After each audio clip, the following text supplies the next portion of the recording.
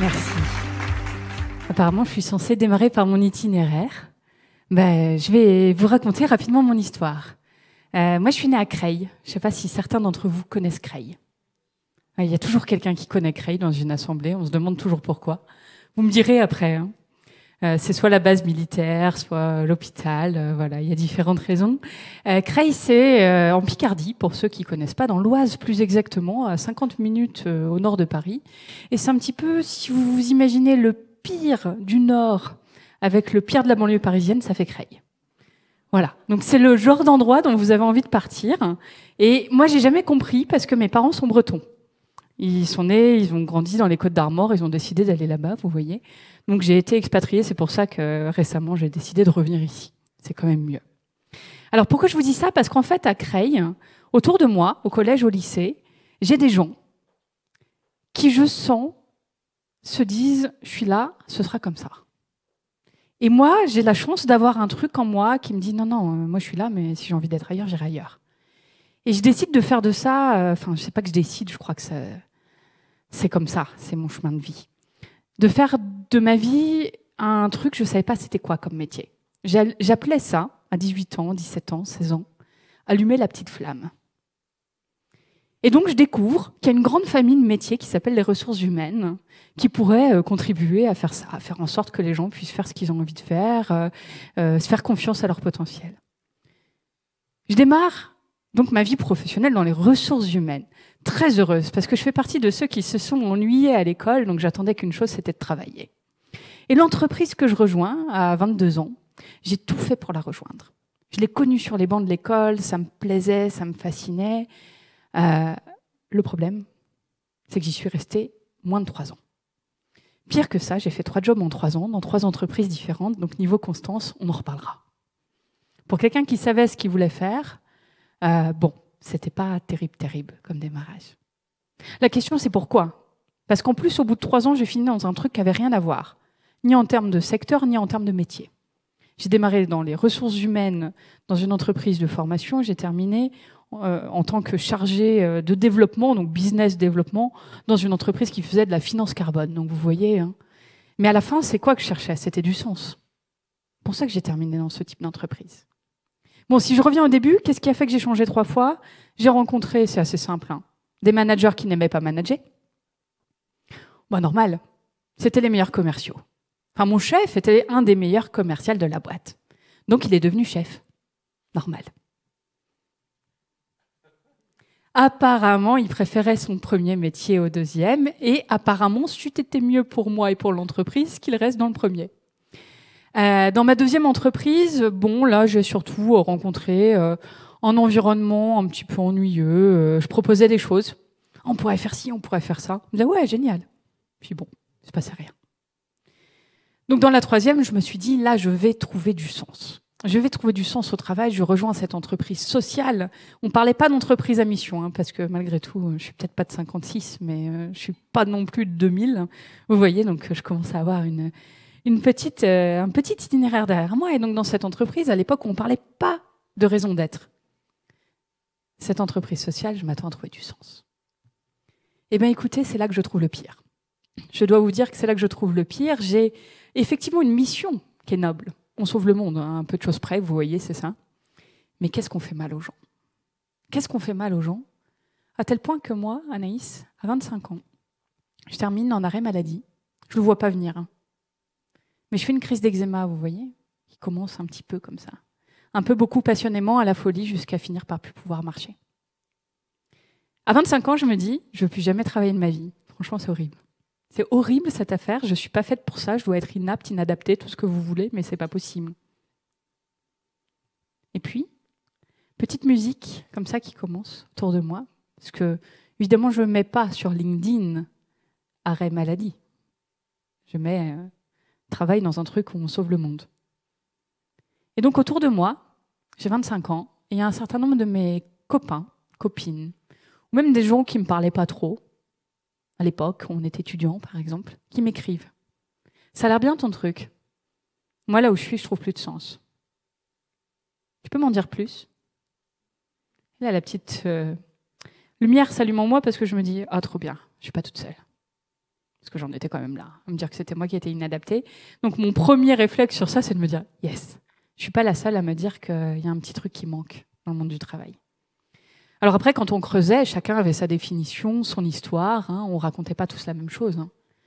Ceux qui s'ennuient, ceux qui remettent en question les modes managériels, enfin bref, tout le monde avait sa petite histoire. Et d'ailleurs, quand on creusait un petit peu, on se rendait compte que les gens savaient ce qu'ils voulaient quitter, mais pas vraiment ce qu'ils voulaient chercher. Bref, j'ai décidé d'en faire mon métier. Maintenant, ça fait quelques années, alors j'en suis pas à 10, mais depuis 2015 que je m'intéresse au rapport au travail, depuis 2015 que j'ai fondé So Many Ways, et qu'on essaie de décrypter ça. Vous avez vu le titre? Mon ami a oublié. Caprice générationnel ou révolution culturelle? C'est la question que je me suis posée il y a 8 ans. Parce qu'il y a 8 ans, on se disait quoi? On se disait, ouais, c'est les Y là, génération Y. Alors, il y avait 2 bandes. Les optimistes qui disaient ouais, trop bien, ils vont avoir des super idées, c'est ça qui va nous aider à relever tous les défis. Et puis les pessimistes, ils sont ingérables, immanageables, incontrôlables, etc. Bon, on est 8 ans plus tard, on est toujours à peu près dans la même dichotomie.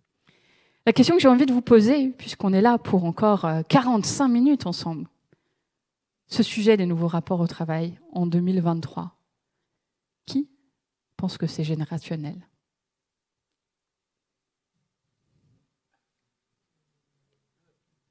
Qui pense que c'est contextuel? Il faut toujours poser... Ah, quelques personnes. Il faut toujours poser la deuxième partie de la question parce que la réalité, c'est que dans la première partie, en général, juste on répond pas, on n'ose pas. Bref, on est parti pour 45 minutes, ça passe vite, pour essayer de décrypter ensemble le vrai du faux de ces nouveaux rapports au travail. Bon, depuis que moi j'ai commencé à vivre cette expérience, on n'arrête pas d'en parler, hein, dans les médias, dans vos familles peut-être, dans les repas du dimanche. On met plein de mots pour illustrer ce sujet. Alors parmi les mots, hein, il y a tous ces mots, ces lettres, j'ai même envie de dire génération Y, Z. Bon, j'en ai déjà dit un petit mot. On a aussi tous ces mots en août, vous voyez, qui illustreraient les différentes maladies du travail. Alors le burn-out, facile, celui-ci vous le connaissez. Qui fait un burn-out? Quel type de personnes dans vos entreprises peuvent faire un burn-out? C'est pas à part vous, je ne sais pas qui a dit oui, mais des salariés engagés. Hein. Si on fait un burn-out, c'est qu'on y met de l'énergie au travail. C'est important de se le rappeler. Le vrai burn-out, c'est ça. Après, on a le bore-out.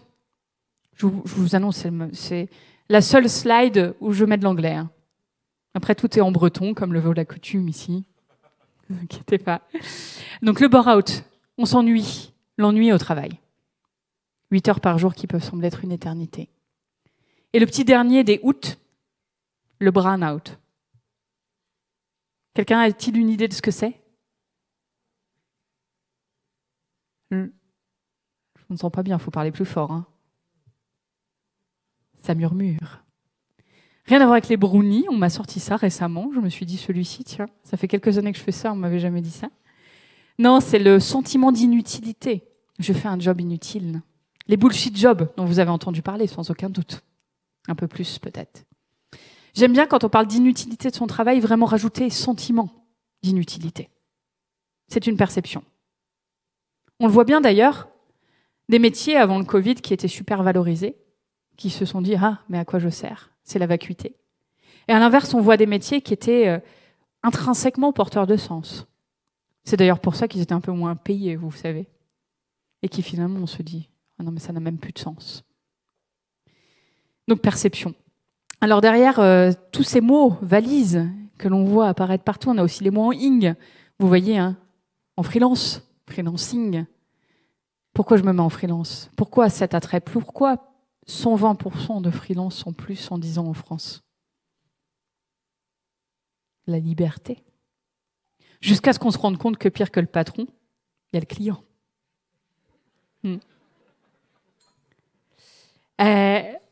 Le slashing, cumuler les jobs. Plusieurs jobs en même temps. Alors parmi mes préférés, je dois vous dire, il y a le banquier / pizzaiolo. C'est une vraie histoire. Je ne mens jamais, sachez-le, dans mes conférences. Banquier / pizzaiolo. Je suis les personnes qui vous accueillent quand vous arrivez à la banque. Ça me plaît, j'adore mon métier. Je rencontre des gens, j'ai une forme de sécurité de l'emploi, j'adore mes collègues, j'aime bien ce que je fais, mais il me manque un truc. Un truc manuel, vous voyez. Et moi, mon truc, c'est les pizzas. Je vais aller négocier avec mon employeur, la banque. S'il vous plaît, pourrais-je être à 4/5e pour pouvoir être en plus de banquier pizzaiolo? Le switching. Est-ce que vous avez entendu parler du switching? Je switch. Ça, c'est peut-être le côté vos enfants. Merci papa, merci maman de m'avoir payé des super études, c'était absolument génial. Ça fait 2 ans que je travaille, mais en fait, j'ai plus du tout envie de faire ça. Je vais reprendre, je sais pas, fromager, etc., etc. Ça, le switching, c'est la reconversion professionnelle en début de vie professionnelle. C'est pas la crise de la quarantaine ou la reconversion forcée de la cinquantaine. C'est la crise du quart de vie, on dit. 25 ans, c'est fini. Je change de vie. Bon, tout ça pour nous dire quoi? Qu'il se passe plein de choses dans le monde du travail. Et on a même mis ces derniers grands mots que vous avez dû voir passer, la grande démission, le quiet quitting. Tout le monde aurait envie de partir, ou s'ils ne partent pas, seraient désengagés. Moi, je préfère parler un peu de grande dépression, là. Parce que c'est pas très gai. Je crois que c'est un peu plus nuancé que ça. Qu'est-ce qu'on dit derrière?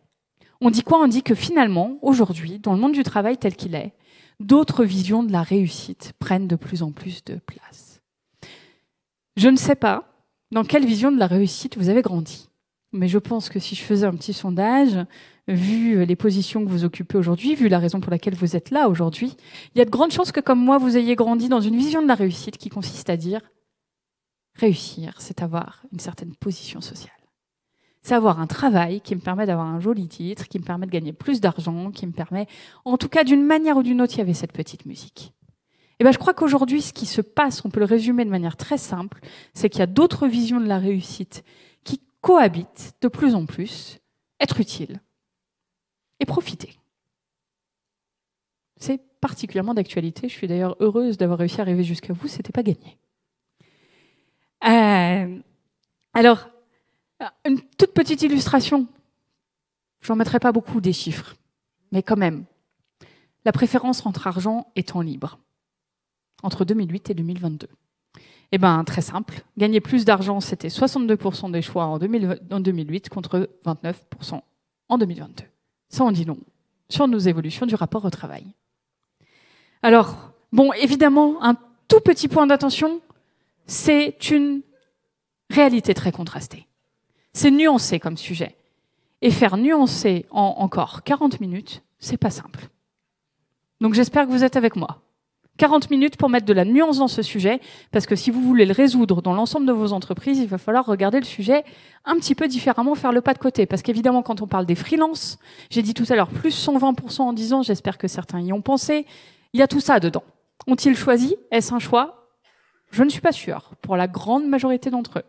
Et il y a évidemment dans ce chiffre également tout ça, tous ces gens qui ont envie de proposer leurs compétences dans des plateformes. Je ne vais pas aller prendre un emploi dans vos entreprises alors que je peux me mettre sur une plateforme et vous viendrez vous battre peut-être pour ma compétence jusqu'à ce qu'il ne se passe plus rien et que les taux jours baissent et que finalement je dois revenir dans l'entreprise. Donc c'est un sujet nuancé, on va essayer de regarder ça comme ça. Et ma première question, c'est est-ce que c'est un truc de jeune? Oui, on est d'accord. C'est quand même tellement plus simple de voir les choses comme ça. Bon, je vais vous amener en 400 avant Jésus-Christ. Je ne sais pas si vous connaissez ces messieurs. En tout cas, vous pouvez les imaginer. Un certain Socrate disait en 400 avant Jésus-Christ que les jeunes n'aiment pas le luxe, méprisent l'autorité. Aiment le luxe, pardon, oh là là, je me fais avoir. Aiment le luxe, méprisent l'autorité et bavardent au lieu de travailler. On est en 400 avant Jésus-Christ, il dit également que lorsqu'un adulte pénètre dans la pièce, les jeunes ne se lèvent pas. Alors je sais pas vous, mais moi, quand j'avais 15 ans, à Creil, on me disait « Pourquoi vous vous levez pas, les jeunes ?» quand le proviseur rentre dans la salle. Alors ça m'a bien amusé quand j'ai commencé à investiguer le sujet, parce que je me suis dit « Waouh !» Soit ils m'ont menti, ils se levaient pas non plus. Soit il y a du déni, ils ont oublié qu'ils ne se levaient pas. Soit ça change tous les 10 ans. Vous voyez, on se lève, on se lève pas, on se lève, on se lève pas. Et bon, ben, pas de chance, à 2 générations d'écart, on n'était pas d'accord. Je crois que fondamentalement, on est plutôt dans le biais cognitif que je résume en c'était mieux avant. On vit tous. C'était mieux avant. J'étais un jeune mieux que les jeunes d'aujourd'hui. Voilà. Puis d'ailleurs, si on regarde Polybe, lui, il dit comme ma grand-mère, hein, les jeunes d'aujourd'hui veulent plus se marier. Ou s'ils se marient, élever une famille. Je vous invite toutes et tous dans cette salle à considérer, à regarder votre biais de c'était mieux avant, le mettre un petit peu de côté, parce que comme tout biais cognitif, il nous empêche peut-être de regarder le sujet par le bon côté. Alors, si c'est pas un truc de jeune, est-ce que c'est pas un truc d'enfant gâté quand même? De se poser des questions sur le travail. Peut-être. Ça vous rappelle quelque chose, ça? Bon, Maslow, on va se dire la vérité, est parfois un petit peu controversé. Surtout sur le milieu de la pyramide, là. On ne sait pas trop s'il estime l'appartenance, c'est dans cet ordre-là, ou si c'est pas tous en même temps. Je suis assez d'accord avec ce regard critique sur cette pyramide, mais je pense qu'il y a quand même quelque chose qu'on comprend tous. C'est que quand on est en bas de la pyramide et qu'on va au travail pour remplir son frigo, il y a un certain nombre de questions qu'on ne se pose pas. Et tout est dans le titre. Le sens, virgule, ce luxe. Se poser la question du sens au travail, de la question du sens du travail, est malgré tout un luxe. Ou disons-le autrement, oser le dire tout fort, c'est le luxe de ceux qui peuvent se permettre peut-être de perdre leur travail. Le revendiquer est le luxe de ceux qui peuvent se permettre de perdre le travail. Le vivre, c'est ce qui nous réunit. C'est ce qui fait notre humanité. Avoir besoin d'un sens dans les choses pour s'engager, pour donner le meilleur. Ça, qui qu'on soit, où qu'on soit, c'est quelque chose qu'on partage. Alors pourquoi ce sujet, on en parle de plus en plus? C'est assez simple en fait. Vous voyez, ce sujet n'est pas si compliqué que ça, même si la réponse n'est pas que c'est générationnel. C'est que peut-être si on essayait de mettre l'humanité dans cette pyramide, en fonction, vous voyez, de où on se situe, en fonction du rapport dans sa vie, du rapport au travail dans sa vie. Si on regardait le monde il y a 100 ans, les gens qui se posaient la question du sens, là, tout là-haut, fallait bien les chercher. Il y en avait, il y en a toujours eu, mais il fallait bien les chercher. Aujourd'hui, si on met de côté le fait que, bien sûr qu'il y a des inégalités, il n'y en a même jamais eu autant. Malgré ça, le haut de notre pyramide grandit un petit peu. À l'échelle du monde, ceux qui cherchent du sens au travail, ceux qui ont la chance d'avoir ce rapport au travail-là, sont un petit peu plus nombreux qu'avant. Et puis si on regarde les pays développés, voilà quoi. C'est vrai en France, c'est vrai aux États-Unis, c'est vrai dans tout un tas de pays qui vivent la même chose que nous aujourd'hui. Où les entreprises, où les dirigeants, où les managers, où les directeurs se disent « mais comment faire ?» Alors parfois on est tenté de se dire « oui, mais c'est parce qu'en France on a le chômage, on a plein de droits ». Bon, ça c'est une petite musique que j'entends beaucoup. Oui, nous avons la chance de vivre dans un pays, il ne faut jamais l'oublier, où on a un certain nombre de choses qui sont très très chouettes. Mais je ne pense pas qu'il faille le résumer à ça. La preuve, aux États-Unis, on a un autre système qui est très différent du nôtre et on retrouve une tendance de fond qui est là et qui est la même. Alors, qu'est-ce qui se passe? C'est quoi la différence? Je suis dans votre entreprise et l'expérience que vous me proposez ne me permet pas de trouver du sens.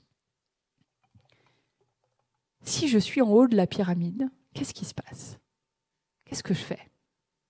Je me casse, on me dit ici. Voilà, on parle des vrais sujets. Je me casse, exactement. Alors bon, je l'ai dit de manière un peu plus acceptable, mais c'est exactement ça. Je me dis, ce que vous me proposez ne me convient pas, ça fait pas sens pour moi, donc je pars. Et là, la question, c'est comment je les garde. Plus je suis en bas de la pyramide, plus j'ai le sentiment ou la preuve que je n'ai pas le choix, plus si ce que vous me proposez ne me convient pas, qu'est-ce que je fais? Je reste, mais je subis. Je subis, donc au mieux, je fais le minimum. Au pire, je nuis. C'est ça, le haut de la pyramide, c'est ce qu'ils appellent la grande démission. En ce moment, le bas, c'est ce qu'ils appellent le quiet quitting en anglais. On parle de désengagement, on parle de sujets dont on parle depuis très longtemps en réalité. C'est juste d'essayer de repositionner qui est où.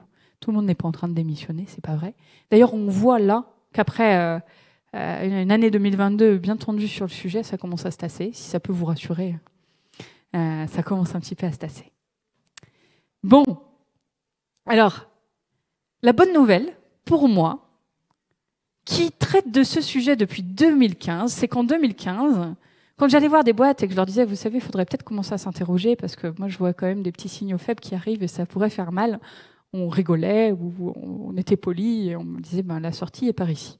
Aujourd'hui, on est passé de 29% avant la pandémie qui se disait, il faut transformer enfin, faut se poser ces questions de fond, à 61% en 2021 et on est déjà en 2023, je n'ai pas de chiffres, je pense qu'on avoisine désormais les 80%. 80% d'entreprises qui se disent en fait il faut qu'on agisse maintenant parce que là il y a un truc qui se passe et on ne sait pas trop quoi en faire. Bon, c'est pas de la philanthropie, hein.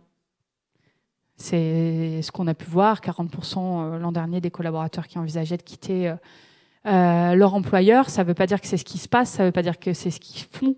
Hein, bien sûr, c'est beaucoup plus nuancé que ça, mais les gens se posent des questions. Alors, pour ceux et celles qui se disent « Bon, elle vient de dire que ça commençait à se tasser, on va serrer les dents, puis on va attendre, et ça va se calmer. » Je pense que c'est une erreur. Je veux dire pourquoi ? Même si le marché de l'emploi se rechange un petit peu le rapport de force, il y aura toujours une guerre pour les meilleurs. Donc si vous voulez ce qui va faire la puissance de vos entreprises demain, des gens avec des compétences, faut être en avance de phase. Et deux, en fait, mais c'est pas moi qui le dis, il y a tellement d'études sur le sujet que ça sert plus à rien de les mettre. C'est qu'il y a un alignement profond entre le fait que les gens trouvent ce fameux sens, sont engagés, etc., et votre performance. Donc il y a juste un alignement des intérêts entre les individus et l'entreprise sur ce sujet, donc autant s'en saisir. Alors, 8 ans plus tard, je vais vous proposer de regarder ensemble qu'est-ce qu'on fait. Par quel bout on prend le sujet dans les entreprises, en 4 points. Le premier point, c'est qu'on parle de fidélisation. D'ailleurs, je crois que c'est ce qui est écrit sur votre petit truc qui est au milieu de votre table. Comment on fidélise les gens ? Je pense qu'il faut arrêter d'utiliser ce mot, fidéliser. Ça n'arrivera plus. Il ne faut plus chercher à fidéliser les gens. C'est mort. C'est vain et moi, je pense qu'il faut plutôt chercher à les engager. Je vous propose une petite définition pour qu'on se mette d'accord sur c'est quoi l'engagement. L'histoire qui me vient toujours quand on parle d'engagement, c'est celle d'un monsieur qui s'appelle Jean-François Aubryst, que j'ai eu la chance de rencontrer il y a une grosse dizaine d'années maintenant. Je ne sais pas s'il y en a parmi vous qui le connaissent. C'est un monsieur qui a dirigé une entreprise de pièces automobiles et qui a dit au bout d'un moment, voilà, moi je vais arrêter d'avoir trop de lignes hiérarchiques et de choses qui n'ont pas de sens. Je vais redonner du pouvoir aux collaborateurs sur le terrain. Il a créé des mini-usines à l'intérieur de sa grande usine et il a eu des résultats absolument incroyables. Après, on a dit, c'est ça l'entreprise libérée. On a essayé de théoriser tout un tas de trucs. Lui, il parlait pas d'entreprise libérée. Il faisait des choses assez pragmatiques. Il remettait du pouvoir d'action.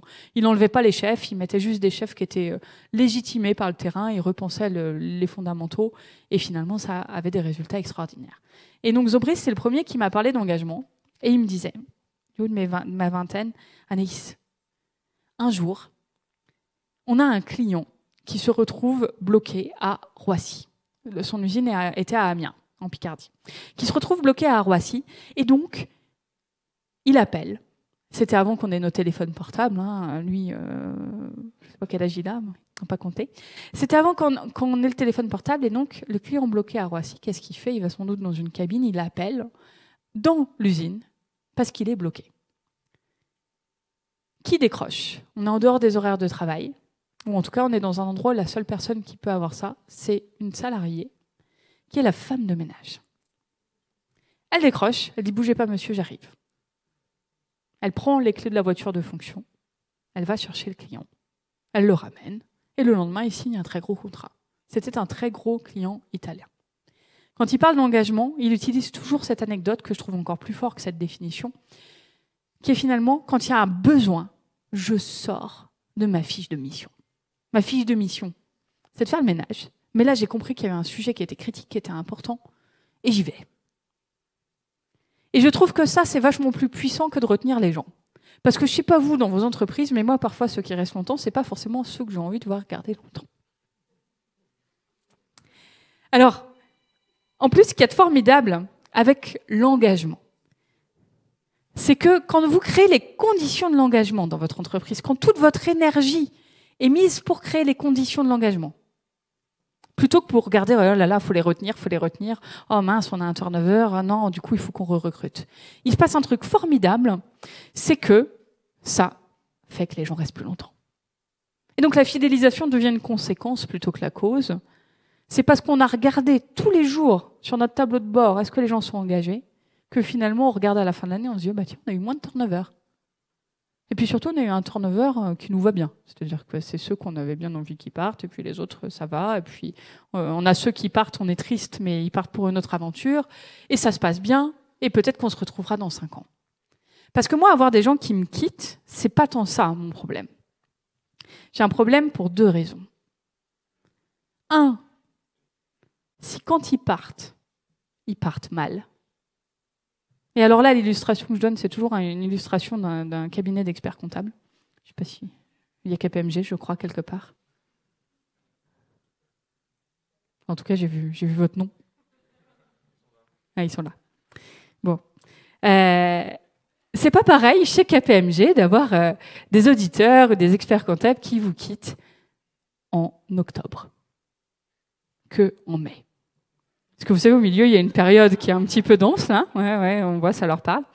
Et donc, c'est pas pareil. Et moi, si j'ai un collaborateur, je me mets à votre place, qui est expert comptable, qui vient me voir, qui me dit, écoute, chef, je vais te quitter parce que, je sais pas, moi, je suis ma femme, je ça, j'ai une opportunité. Mais t'inquiète pas. Je pars, 1, à la fin de la période fiscale, 2, je transmets tous mes dossiers correctement, et 3, je t'aide même à recruter mon successeur. Ça fait pas pareil. On est bien d'accord. Et la deuxième raison qui m'embête, donc ça c'est la première raison, je suis pas contente quand les gens me quittent et qu'ils m'aident pas à les remplacer. Et la deuxième raison, c'est quand ils me quittent et que personne n'a envie de prendre leur place. Ça, c'est dérangeant. Ah, je voulais pas faire un cas particulier de vous, mais ça a l'air de vous parler. Hein.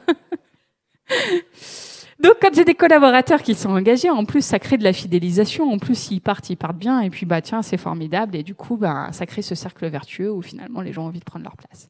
Ça, c'est le cercle vertueux de l'engagement. Si on regarde toujours le sujet par « Oh là là, on retient les gens. Oh là là, mince, il y a trop de départs. Oh là là, c'est la grande démission. » On passe à côté du sujet de fond. On ne concentre pas notre énergie sur là où on va avoir un impact. Et c'est bien dommage.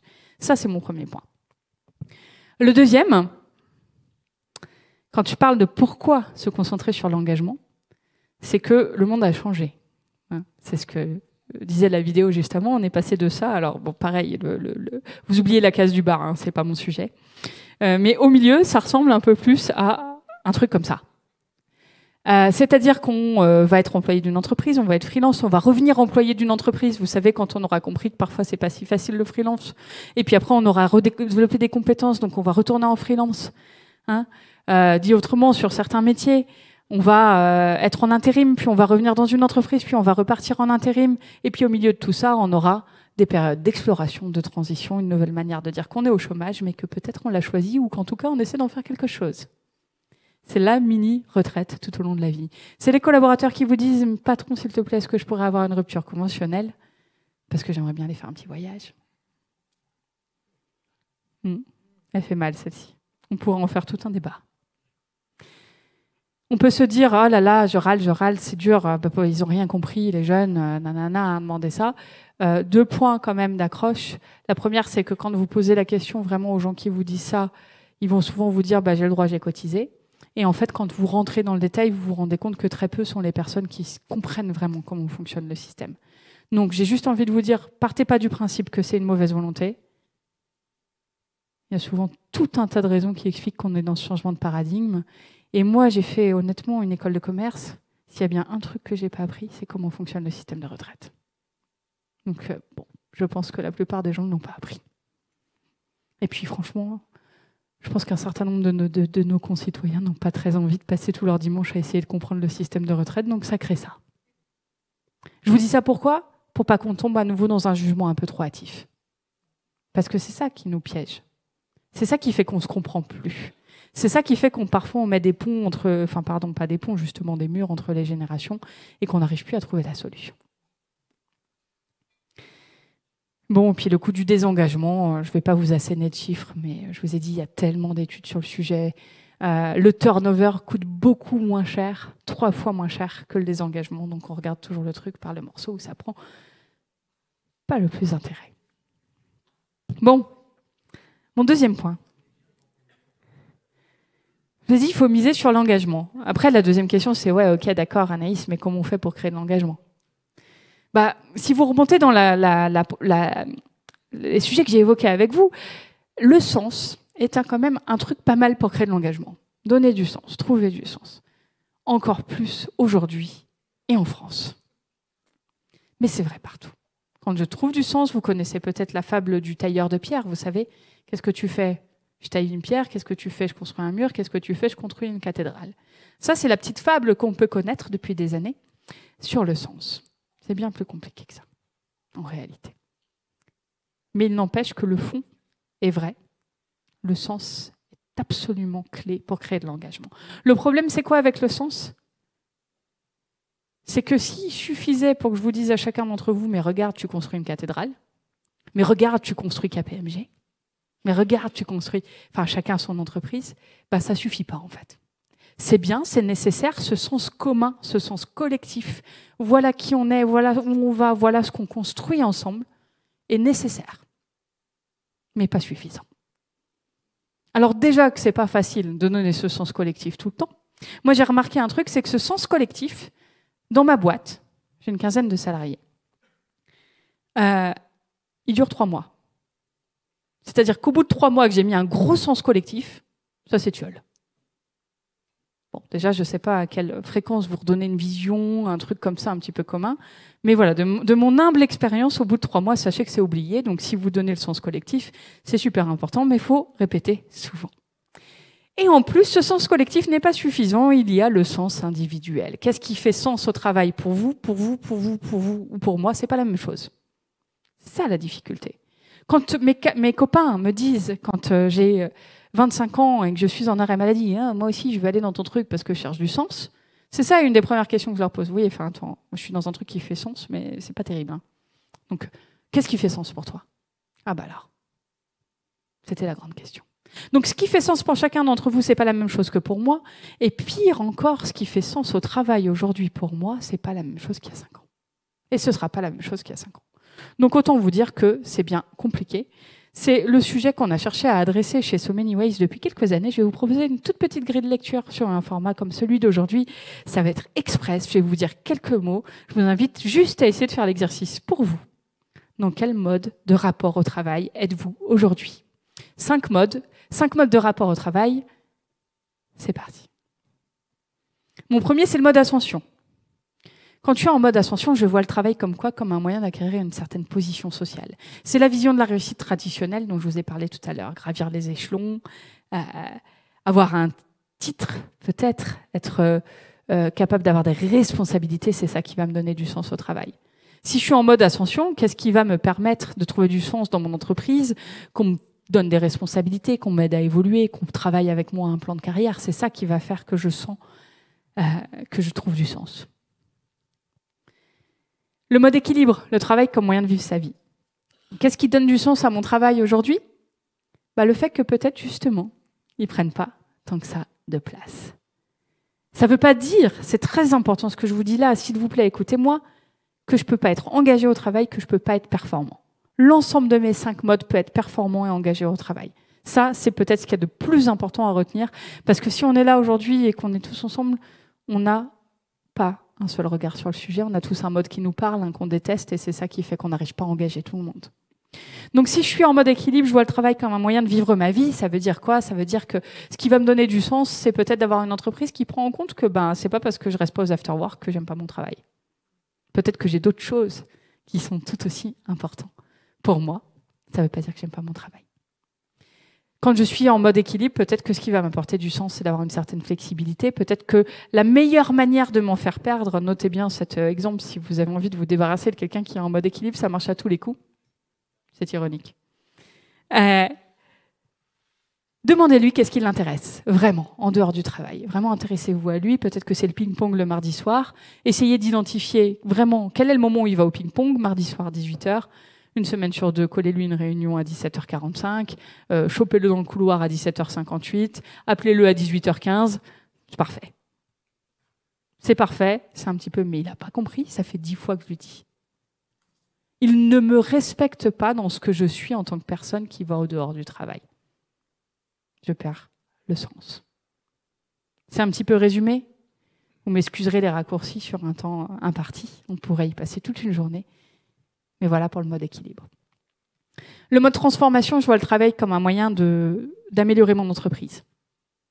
Moi, ce qui m'anime, c'est que, avec ou sans moi, après mon passage, il y a une différence forte dans comment sont faites les choses dans mon entreprise. Ça peut être à tous les niveaux.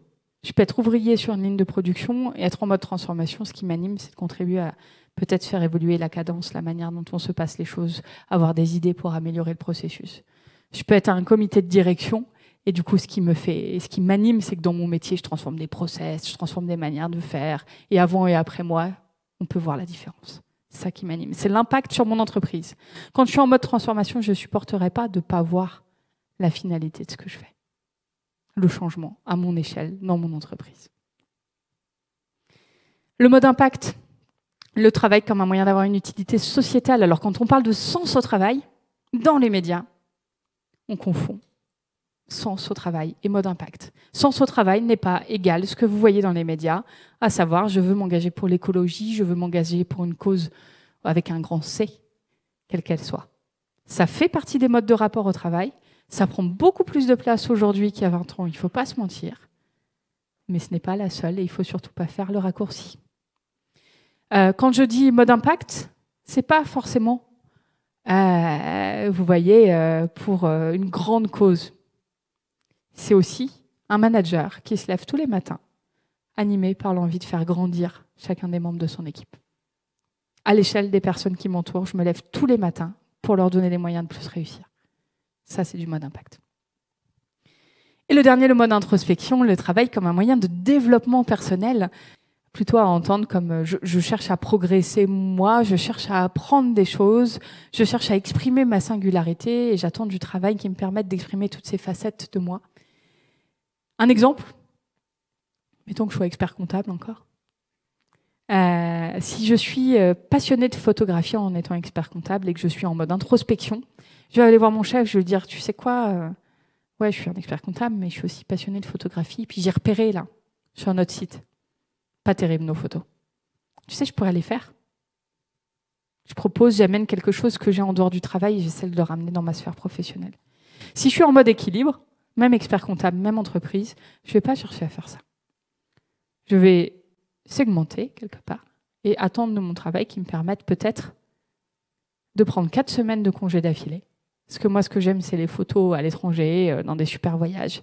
Et donc, je vais vraiment adorer avoir une entreprise et me sentir chanceux d'être dans une entreprise qui me permet de concilier les deux. 2 exemples de 2 personnes qui font le même métier dans la même entreprise avec les mêmes passions et qui ont un rapport au travail différent. Pour autant, mon mode introspection qui propose de mettre la photo dans l'entreprise est-il plus performant ou plus engagé que mon mode équilibre qui attend de l'entreprise qu'elle le laisse tranquille pour pouvoir faire de la photo à côté? Non. Pour illustrer ça, j'aime bien raconter l'histoire de quelqu'un qui m'a dit un jour « c'est horrible ». Horrible, il me dit comme ça. Ma directrice commerciale est en mode équilibre. Ah bon? Pourquoi c'est horrible? Oh là là, non, mais c'est horrible. Ça veut dire qu'elle n'a pas la niaque. Je dis, non, mais alors attendez, on va repartir de la base. Est-elle performante? Ah oui, elle est géniale. Donc où est le problème? Bah, si elle était en mode ascension, elle ferait mieux. Croyance, erreur. Non. Perception du monde qui n'est pas une réalité. C'est d'ailleurs peut-être parce qu'elle est en équilibre, qu'elle peut être en équilibre dans une boîte qui lui permet ça, qu'elle est super performante. Voilà. Tout ça pour vous dire quoi? Je vous ai dit, faites-le pour vous. Dans quel mode vous vous sentez le plus aujourd'hui? On n'est pas à un mode. On a une dominante à un instant T, on a des colorations, on a en fonction de nos histoires de vie et nos personnalités des modes qui ne nous parlent pas du tout, d'autres qui nous parlent davantage. Bah, qu'est-ce qui se passe? C'est que si à moi, qui suis devenue manager peut-être parce que j'ai été animée par quelque chose qui est de l'ordre de l'ascension, de l'impact, j'ai quelqu'un d'équilibre dans mon équipe, je ne vais pas comprendre. Je ne vais pas comprendre et il va se passer quelque chose. Ou peut-être, c'est l'histoire qu'on me racontait au pot, j'organise un moment de convivialité pour mon équipe. Je mets de l'énergie. Et j'en ai un qui me dit « Ah non, hein, c'est à 16h30 jusqu'à 21h, moi je ne reste pas. » C'est pas qu'il vous aime pas, c'est pas qu'il n'est pas engagé, c'est que la place du travail dans sa vie est autre.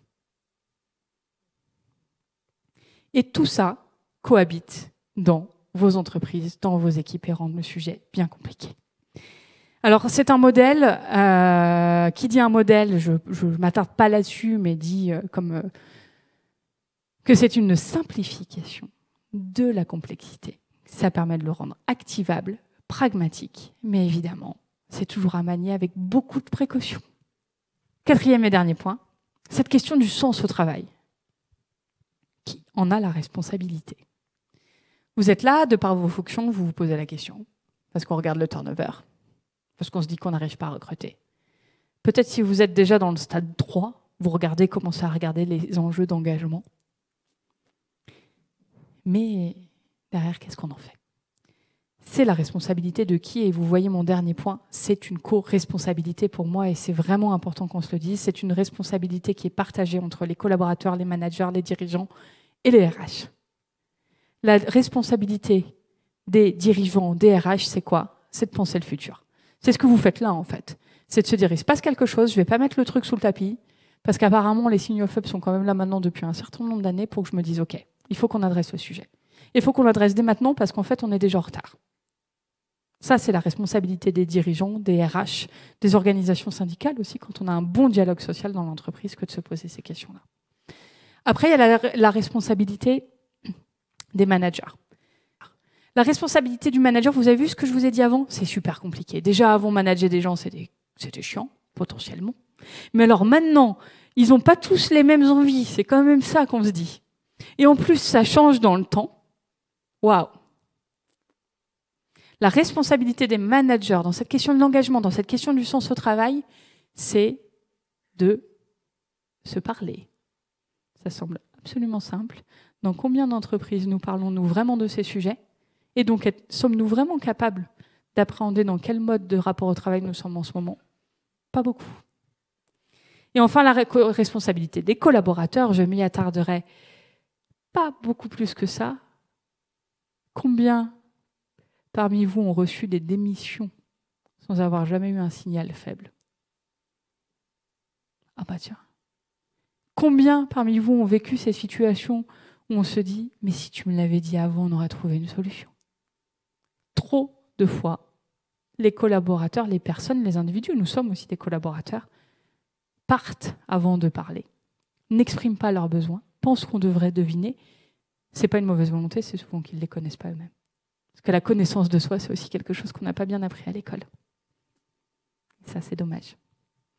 Voilà en quoi c'est une responsabilité partagée, et voilà comment, en adressant l'ensemble de ces sujets, on peut recréer de l'alignement. Parce qu'en fait, les enjeux personnels les aspirations individuelles peuvent rejoindre les enjeux de l'entreprise. C'est pas d'un côté des gens qui ont des envies et de l'autre des boîtes qui ont des enjeux. Tout ça peut être réuni. Je terminerai par 3-4 points clés, encore plus concrets. Encore plus concrets. Parce que oui, ces sujets, ils sont hauts. On arrête de choisir les meilleurs commerciaux de sa boîte pour devenir des managers. Sauf si ils aiment les gens. Ils peuvent être de très bons commerciaux et aimer les gens. On doit faire absolument dans les entreprises attention à ça. Le management n'est pas une promotion, c'est une compétence qui certes peut s'acquérir, peut se développer, mais il y a quand même un postulat, c'est que quand on n'aime pas les choses, c'est dur de développer les bonnes compétences. Alors ça veut dire quoi? Ça veut dire de se poser la question dans ces entreprises à qui on donne la vision managériale. Et pourquoi il y a plein de gens qui vont dans le management alors qu'ils n'en ont pas vraiment envie de prendre soin des gens? C'est parce que c'est la seule filière où on peut gagner des salaires encore dans plein d'entreprises, où on peut répondre à un mode ascension. Il y a un véritable enjeu à valoriser les filières d'expertise au même titre que les filières managériales, et en termes de salaire et en termes de titres. Sinon, on se retrouve avec des gens qui sont managers pour les mauvaises raisons. Et on ne peut plus se permettre d'avoir des mauvais managers. La raison numéro 1 pour laquelle on quitte une entreprise, comme disent les Américains, you join a company, you leave a manager. Vous rejoignez une entreprise, vous quittez un chef. C'est celle-ci. Vous ne pouvez plus vous permettre d'avoir des managers qui sont là pour les mauvaises raisons, d'avoir des managers qui sont là sans avoir jamais appris le métier. Un jour, on m'a dit, une organisation syndicale qui me dit, ouais, qu'est-ce que tu ferais si tu pouvais proposer un truc?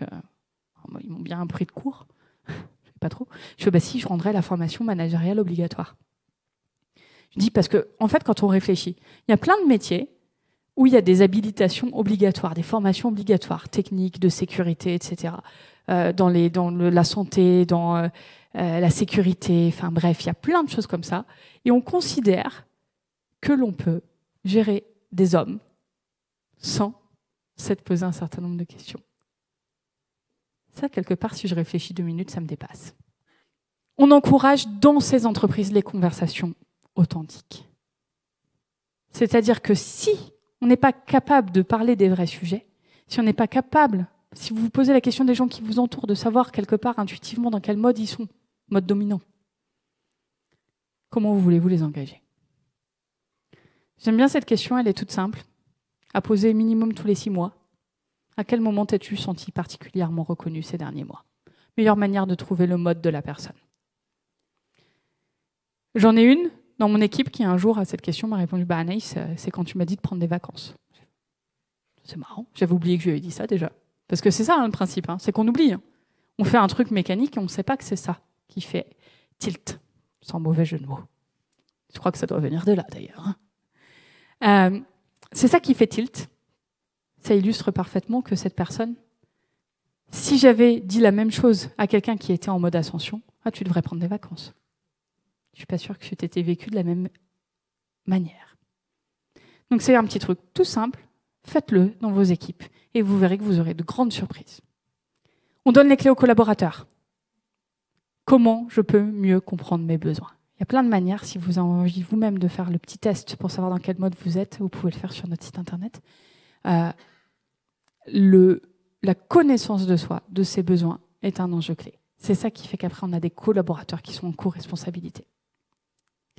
Et je terminerai par ça, cette intervention. Je vous laisserai sur une réflexion sur un oxymore. L'enjeu des entreprises, c'est de standardiser la personnalisation. On ne peut pas faire un cas, une personne. Ce n'est pas possible. Ce n'est pas ce que j'ai envie que vous reteniez de mon intervention. Bien sûr qu'on aimerait tous être traités de manière personnelle. Bien sûr, comme Amazon, comme tout ce qu'on a développé ces dernières années, nous ont dit tiens, tu auras exactement le truc qui te convient. Tiens, ça va être exactement comme ça. On ne peut pas faire ça à l'échelle des entreprises. En revanche, on doit faire cohabiter plusieurs rapports au travail. Il y a des solutions qui sont pas si compliquées que ça parfois. Je vous donnerai une illustration pour illustrer ça. Ça se passe en Bretagne, dans une entreprise qui répare des tracteurs. Les mécaniciens, c'est dur à trouver. Mécaniciens de tracteurs. Qui me dit, je comprends pas Anaïs. Nous, pourtant, on propose les 35 heures. Je lui dis, je sais pas, c'est peut-être ça le problème. Oui, parce que tous nos clients, nos concurrents, ils proposent 39 heures. Je fais, je sais pas, si tu n'arrives pas à recruter, c'est peut-être ça le problème. Il me dit, non, parce qu'il y a vraiment des gens qui nous disent qu'ils viennent chez nous parce qu'on propose ça. Je dis, je suis désolée, je crois qu'il faut que tu proposes les 2 alternatives.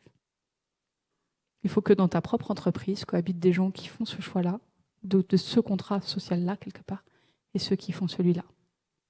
Et je suis désolée de vous dire que ce futur est déjà là, dans un certain nombre d'entreprises. Ça peut se traduire, par exemple, par, plutôt que des choses qui sont plus anecdotiques, plutôt que de vous dire, voilà le PC de l'entreprise, on vous dit, tu peux choisir entre celui-ci et celui-ci.